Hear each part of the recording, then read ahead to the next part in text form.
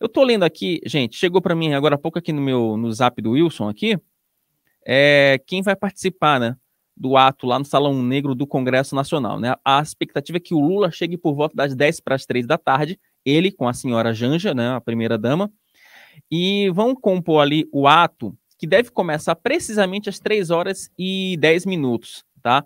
O presidente da República, a senhora Janja, o presidente do Senado Federal, Rodrigo Pacheco, o presidente do STF, o Luiz Roberto Barroso, o presidente do TSE, o Alexandre de Moraes, vulgo Xandão, a ex-presidente do STF, a ministra a Rosa Weber, que era presidente do STF durante os ataques do 8 de janeiro, o procurador-geral da República, o Paulo Gonet, e aí tem outras personalidades aqui, como o vice-presidente do Senado e a Aline Souza, representante da sociedade civil. E o roteiro, gente, deste ato, ele vai ser basicamente o seguinte, deixa eu ler para vocês rapidinho, meu cabelo tá um pouco bagunçado, né, ô Freitas? Já até avisado, né, Freitas? Por favor, né? Aí fica difícil, né? Aí você mata aqui o apresentador.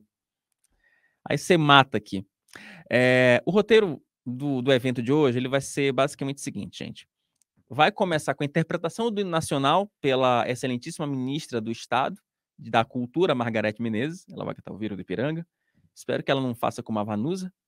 Depois vamos ter um vídeo institucional, as palavras da governadora do Rio Grande do Norte, a Fátima Bezerra, as palavras do Paulo Gonet, do presidente do TSE, do presidente do STF e dos presidentes do Congresso Nacional e do Senado Federal. E aí, o último a falar vai ser o presidente Lula, presidente da República. A expectativa é que esse ato aí demore aí por volta de 1 hora, não deve passar disso, tá?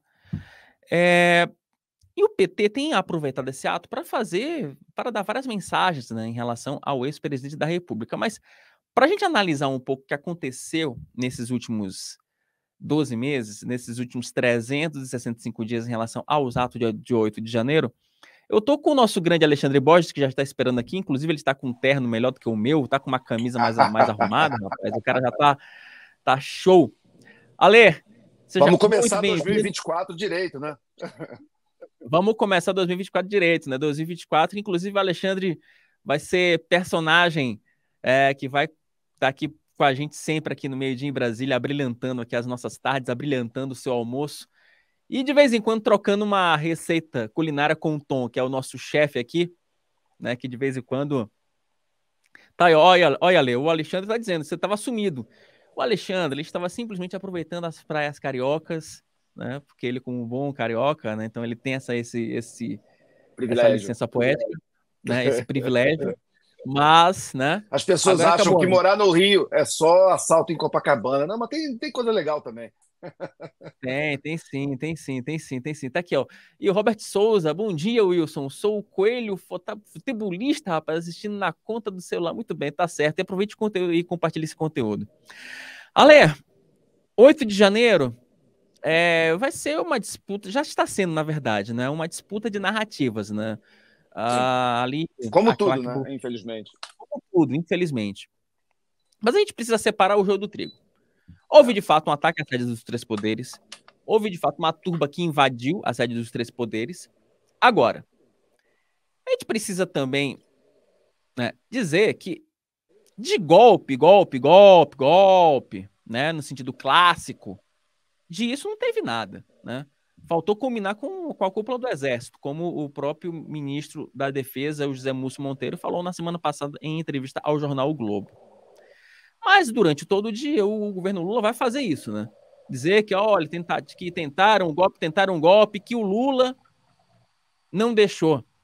Que os militares queriam até uma GLO, e aí, inclusive, até tava conversando isso com uma colega aqui no Twitter. Ah, porque a Janja convenceu o Lula de que não era uma boa ideia uma GLO. Ou seja, uma tentativa aí clara de dar um ar democrático a uma figura que a gente sabe que não é tão democrática assim. Então, Ale, Exato. vamos aqui para os fatos. E eu vou te fazer uma pergunta bem capciosa. Houve tentativa de golpe em 8 de janeiro ou isso é tudo blá blá blá? Houve, Boa tarde para para mim você. houve. Boa tarde. Para mim houve, só que foi uma tentativa aloprada, né, de gente despreparada, mas a intenção daquelas pessoas, de boa parte daquelas pessoas, era evidentemente criar um caos no país, principalmente atacando os três grandes prédios da República, né, o do STF, do Congresso e o Palácio do Planalto, para que houvesse a tal da GLO. Só que, como você bem disse, faltou combinar com os militares. Mas eu me lembro, em dezembro, eu já recebia informes disso, eu conversava com fontes que eu tenho na área, tanto nas Forças Armadas como gente ligada a eles, e o pessoal falava, aquele decreto encontrado na casa do Anderson Torres, eu já sabia daquele decreto por fontes antes, em dezembro eu já sabia que tinha um grupo de juristas já trabalhando, tentando convencer o ex-presidente Bolsonaro a assinar aquela pataquada para tentar melar o resultado das eleições. E vamos entender que houve uma construção, inclusive, de narrativa. Tá? Então, assim, primeira coisa, a única maneira de se investigar um golpe é quando o golpe dá errado. Porque quando o golpe dá certo, quem investigaria está na cadeia ou está exilado ou morreu. Então você não consegue investigar golpe que dá certo. Você só consegue investigar golpe que dá errado. Né? Tenta investigar, por exemplo, o Putin lá na Rússia. Vai lá. Entendeu? Boa sorte para você, mas se eu puder te dar uma dica, não toma muito chá nem fica perto de janela. Né? Porque se você incomodar o seu Vladimir Putin, talvez não seja uma boa você ficar perto de janela. Então, assim, a Coreia do Norte, houve. A Coreia foi dividida lá nos anos 50, o que todo mundo sabe, Guerra da Coreia e tal. Então, até hoje, nós estamos na terceira geração daqueles monstros. Eu até fiz uma nota no site dizendo que hoje talvez seja o aniversário de 40 anos do seu Kim Jong-un. Né? Não se sabe porque existe esse consenso de que ele nasceu no dia 8 de janeiro. Mas ninguém sabe direito se ele nasceu em 82, 83, 84. Então ele pode ter 40, 41 ou 42. Mas aparentemente é aniversário dele hoje. Os americanos acham que ele faz 40, a Coreia do Sul acha que ele faz 41 e a própria Coreia do Norte diz que ele tem 42. Para poder coincidir com o pai, com o avô, bom, enfim. Mas o assunto é mais perto aqui nosso. Né? Então, o que acontece?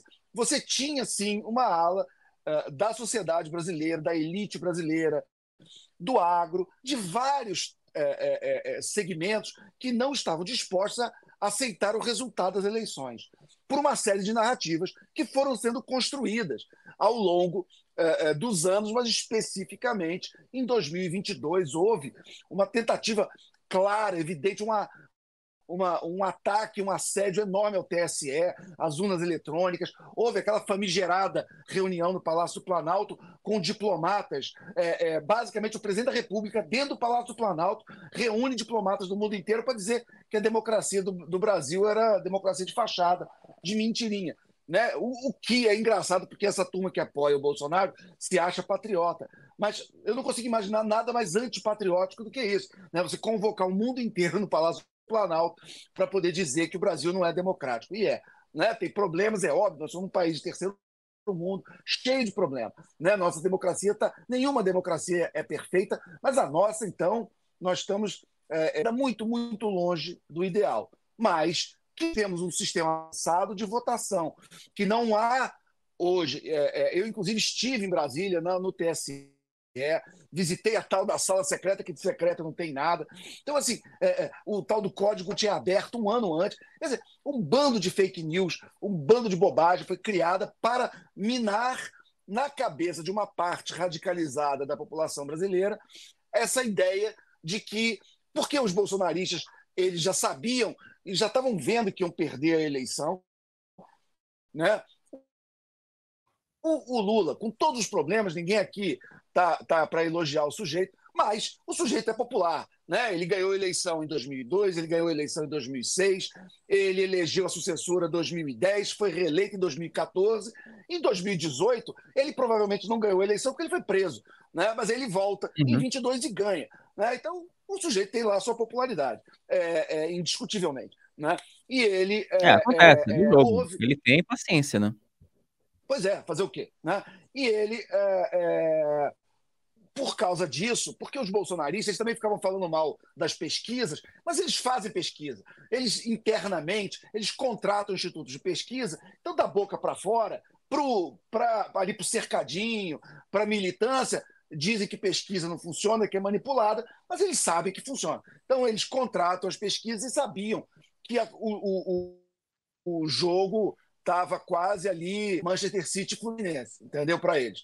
Então, o que, que eles não é? Então, o que, que eles estavam fazendo? Eles começaram já com esse processo de tirar a credibilidade das urnas, fizeram talvez a maior tentativa de compra de voto da história do Brasil, que foi pegar aquele Auxílio Brasil, jogar para R$ 600 3 meses antes da eleição, encher os beneficiários do programa assistencialista do país de dinheiro para ver se trazia. Por isso que eu acho, inclusive, curioso quando dizem que o nordestino. É um absurdo quando se fala isso, né? Mas dizem que porque o Nordeste se vendeu para o Bolsa Família. Peraí. O Nordeste votou contra o sujeito que mandou dar 600 de Auxílio Brasil. Então você pode concordar ou discordar do nordestino, mas que ele não se vendeu, ele não se vendeu. Ele votou em quem ele quis. Né? Ele recebeu os 600 de auxílio, botou no bolso e votou no outro.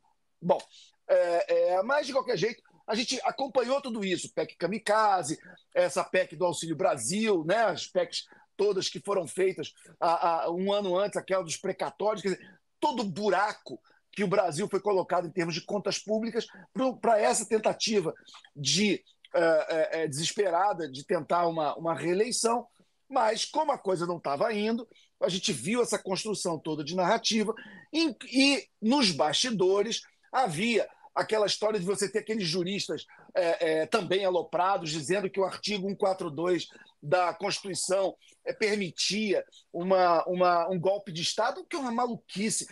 Você não precisa ser constitucionalista, e o sujeito que falou isso nem ele é tributarista. Mas assim, você nem precisa ser constitucionalista para saber que a Constituição Federal não ia ter um artigo que permite rasgar a Constituição e dar um golpe de Estado. Isso não faz nem sentido. É um mínimo de bom senso. Né? O que está escrito, você lê, o que está escrito lá no 142 é outra coisa. Você, a partir do pedido de um poder, você pode ter uma intervenção em nome da democracia, mas não contra outro poder, não para fazer o que estava naquele decreto lá do Anderson Torres, lá de prender o Alexandre de Moraes, de fechar o STF. Imagina se a Constituição ia permitir um negócio desse. É um negócio completamente maluco. Então, essa tentativa aloprada, desesperada que foi feita, que foi a segunda em menos de 30 dias, que a primeira foi lá na diplomação do Lula no dia 12 de dezembro. Você está em Brasília, você sabe, teve aquele quebra-quebra todo, quando prenderam lá o índio, aí foram na sede da Polícia Federal, tacaram fogo em tudo quanto é coisa em Brasília, tacaram fogo em ônibus, fizeram aquela bagunça toda que foi feita. Depois um terrorista, o tal do George Washington, eu até fico brincando, assim, cada país tem o George Washington que merece, né?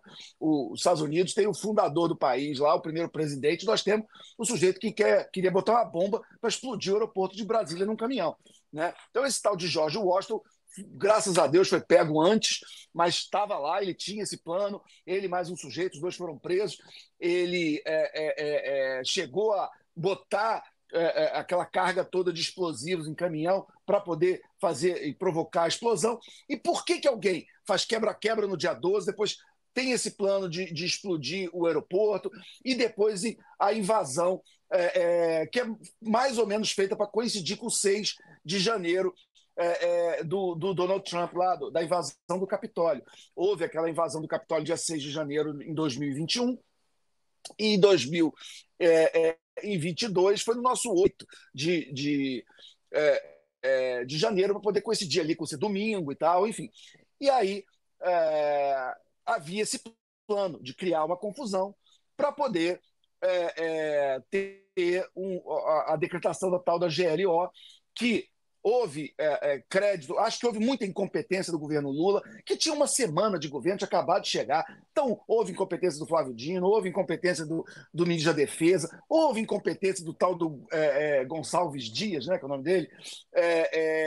Houve incompetência, sim, de um monte de gente, e que se investigue, se tiver que responsabilizar, que responsabilize, ok, mas claramente o plano era um plano planejado por bolsonaristas, incentivado por bolsonaristas, financiado por bolsonaristas, executado por bolsonaristas, que se queria fazer um quebra-quebra em Brasília para ter uma GLO e melar o resultado da eleição. Essa era a intenção, mas não aconteceu, claro, a gente sabe, não aconteceu. E por isso, inclusive, que nós estamos... e é por isso que nós podemos, inclusive, estar discutindo esse assunto aqui hoje.